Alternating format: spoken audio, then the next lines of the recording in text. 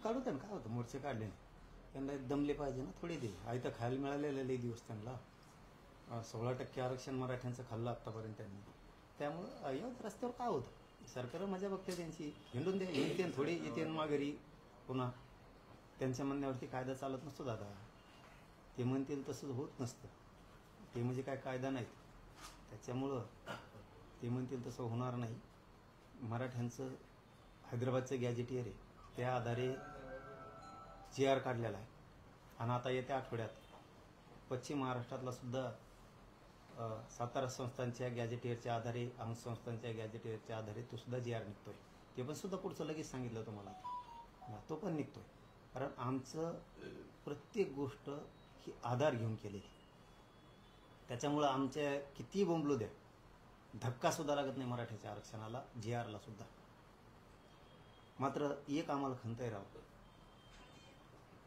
मराठ्यांना काय द्यायचं म्हणलं की नियम लागतात, आणि त्यांना काय द्यायचं म्हणलं की मात्र नियम लागत नाहीत. हे मात्र खूप खंत आहे बरं का आमची. कारण त्यांना काहीच बघितलं जात नाही, लगेच आरक्षण दिलं जातं, योजना दिल्या जात्या, न मागता त्यांच्या अंगावरती फेकलं जातं. आम्हाला मात्र संघर्ष करावा लागतो नियमात असून सुद्धा. ही मात्र मोठी खंत आहे आमची. आमच्या नोंदी असून सुद्धा आम्हाला संघर्ष करावा लागतो, झगडावं लागतं. आमचं गॅजेट असून आम्हाला झगडावं लागतं, झुंजावं लागतं. सगळे पुरावे असून सुद्धा आम्हाला त्रास होतो, मुद्दाम दिला जातो. ही मात्र खंत आहे. परंतु आम्ही कणखर खंबीर आहे. आम्ही लढून मिळवणार आणि मिळवलेलं जाऊ सुद्धा देणार नाहीत. आता GR निघालाय, मराठी सज्ज झालेले. आता प्रमाणपत्रासाठी मराठ्यांनी तयारी सुरू करणं गरजेचं नाही. पण तो GR तुमच्या दबावात बाहेर काढलाय असं त्यांचं म्हणणं आहे. तर आमच्या दबावात रद्द करा, आता आम्हीही ताकद आहोत मोठी, असंही मांडत आहेत वारंवार हे सगळे म्हणले. नाही, असं दबावात कोणाचा GR निघत नसतो आणि दबावात कोणाचा रद्द पण होत नसतो. त्याला कायदेशीर आधार घेतलाय का, कायद्याचे सगळे निकष पूर्ण केलेत का कुठलाही शासन निर्णय करताना, हे सरकारला बघावं लागत असतं. एवढ्या साध्या सोप्या गोष्टी नसतात. सरकार हा शब्द आहे, परंतु संविधानाच्या सगळ्या चौकटीत राहून, कायद्याच्या चौकटीत राहून काम करावं लागतं. त्याच्यामुळे कुठला दबावात आमचा असो किंवा कोणाचा असो GR निघत नाही, आणि कोणाच्या दबावामुळं तो GR रद्द पण होत नसतो. हे मात्र काँग्रेसच्या मोर्चाने 10 तारखेचं समजून घ्यावं. तुमच्या मोर्चानं, तुमच्या आंदोलनानंतर आता धनगर आणि बंजारा समाजही रस्त्यावर उतरलेला आहे आरक्षणासाठी. तुम्हाला माहिती आहे तिकडे नांदेडमध्ये आज एक असा मोर्चा आहे आदिवासी समाजात. ते म्हणतात आमच्यात कोणाला समाविष्ट करू नका, आम्हाला आमचं वेगळे ठेवा. त्यांना भीती वाटते की त्यांच्यातही आता बंजारा किंवा धनगरी लोक असतील म्हणून. मी मागही एकदा सांगितलं होतं बघा, की धनगर बांधव असतील, आदिवासी बांधव असतील, बंजारा बांधव असतील, यांनी आता एकदा एकत्र बसणं गरजेचं आहे. एकमेकाचे गैरसमज काढणं गरजेचं आहे. जर बंजारा समाजाच्या नोंदी आहेत तर बंजारा समाजाला आरक्षण मिळालं पाहिजे. त्यामुळे त्यांनी बसून एकदा तोडगा काढायचा प्रयत्न केला पाहिजे, या मताचे आपण आहे. परंतु ही आरक्षणाची लढाई, जे सत्य आहे ते सत्य मिळणारच आहे, 100% मिळणार. वडेट्टीवार असं म्हणाले की 350 जाती आहेत, त्याला एकदा बुडवूनच टाक, त्याला संपून टाक, असं ते तुमच्याकडे तुमचं नाव घेऊन बोलले की सगळं महायुती तुम्हालाच पाहिजे, हे पाहिजे, सगळं पाहिजे, त्याला संपूर्ण टाक म्हणा. नाही, वडंटीवार साहेब आहेत ना, खरं तर ओबीसीच्या 374 ज्या जाती म्हणतायत ना, ते खऱ्या ओबीसीच्या जाती संपवल्याच आहेत. आणि याच्यावरती चिंतन करा ओबीसी गरिबांनी, की 374 जाती संपवल्या खऱ्या कोणी. ह्या वडंटीवार साहेबाच्या वक्तव्यावर ओबीसीने विचार करणं गरजेचं आहे. कारण ओबीसींना यांनी खोटं आणि बोगस आरक्षण दिलं आमचं 16% मराठ्याचं, हे समजून घेणं गरजेचं आहे. खरा घात ओबीसींचा केला असेल तर यावल्याच्या अलिबाबांनी, आणि हे आता हे काँग्रेसचे वडंटीवार साहेब किंवा त्यांचे कोण कोण लीडर होते पूर्वीचे, त्यांनी मराठ्याचं आरक्षण, त्यांना माहित होतं ना 14% आरक्षण हे मंडल कमिशननं ओबीसीला दिलं. हे आपलं पक्की रजिस्ट्री झाली. आता मग 16% आरक्षण हे मराठ्याचं आहे, ते मराठ्याच्या नावावरती आहे हे माहीत असताना सुद्धा दिलं.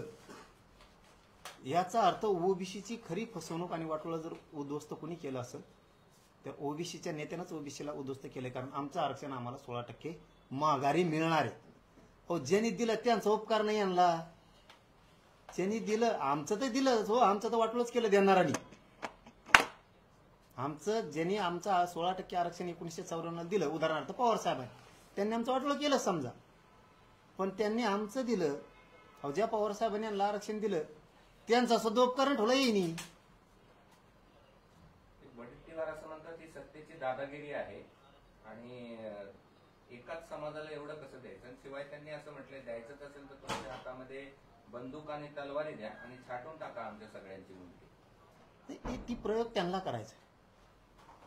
येवल्यावल्याचे शब्द आहेत ते परळीच्या टोळीनं घेतलेत आणि आता नवीन एक भिडू भेटलाय त्यांना वडंटीवार साहेब यांच्या तोंडून ते फक्त ओढून घेतात. कारण ती तलवारीची, दांड्याची, कोयत्याची, शेरो शायरीतून तलवारीची आणखीन त्या बंदुकीची भाषा ही त्यांची आहे. त्यांना ते जातीय दंगली घडून आणायच्या ही त्यांचा प्रयोग आहे. आम्ही तसे असतो तर गोरगरिबाला आम्ही आमच्या इतकंच सांभाळतो, जीव लावतो, गोरगरीब ओबीसीला सुद्धा. आणि ओबीसीला आमच्याबद्दल थोडाही धाक नाही. कारण आम्ही उलट्या काळजाच्या नाही आहेत. हे राजकीय स्वार्थासाठी ओबीसी त्यांनी डावावर लावलाय. इतक्या उलट्या काळजाचे ते हे जातीचे नेते सध्या स्वयंघोषित स्वतःला ओबीसीचे नेते म्हणतात ते. त्यांनी स्वतःच ओबीसी संपवण्याचं ठरवलेलं आहे. एक व्हिडिओ व्हायरल झालेला आहे धाराशिव जिल्ह्यातला की ओढ्यात दोघजण वाहून जातात, वाहन जाते तर त्यावेळेस त्यांना असं म्हटलं जातं की अरे यांना वाचू नका, सोडून द्या.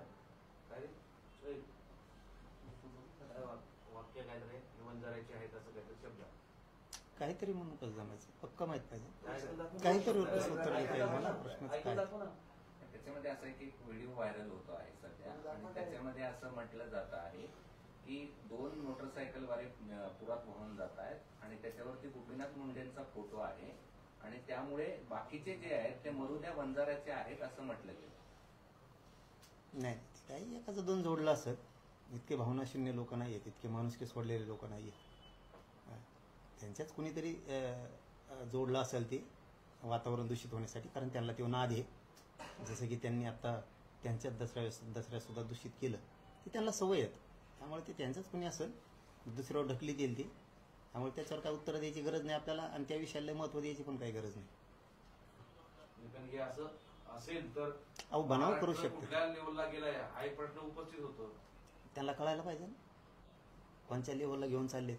निजामाच्या अवलादी मनाला लावायचं लोकांना. हां, इकडच्या जिल्ह्यातले बीड जिल्ह्यात बोलवायचे ते जमतं का? हां, निजामाची अवलादी येते म्हणले का नाही? स्टेटमेंट नाही, हे दुसरा विषय गुलामगिरीचा. दुसऱ्या जिल्ह्यातले आणतात मिशा नाही, फिशा नाही, काही नाही वेगळेच दिसते ते असले. ते म्हणतात निजामाच्या अवलादी आहेत मराठ्या. दुसरं म्हणणार तुम्ही गुलामीचं गॅजेट घ्या, म्हणजे गुलाम समजता दुसऱ्याला. तुमची काय भाषा आहे? दुसऱ्या जिल्ह्यातला धरून आणायचा आणि इकडे त्या परळीच्या टोळीनं मिरवायचा. तुम्हाला तुमचं कळानं सुद्धा ज्या मराठ्याने तुम्हाला किती सांभाळलं, किती उंची वाढवली, त्यांच्या विरोधात असले घाण स्टेटमेंट करायचे. यांनीच वाढवलं हे जातीवाद यांनीच वाढवला. सुरुवात यांनी केली. आपण आधी बोललेलो नाही. एक शब्द आपण त्यांना आधी बोललेलो नाही.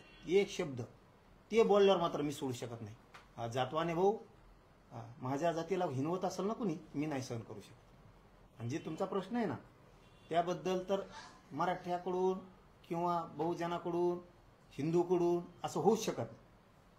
हे त्यांच्याच गैरसमज पसरण्यासाठी करू शकतात.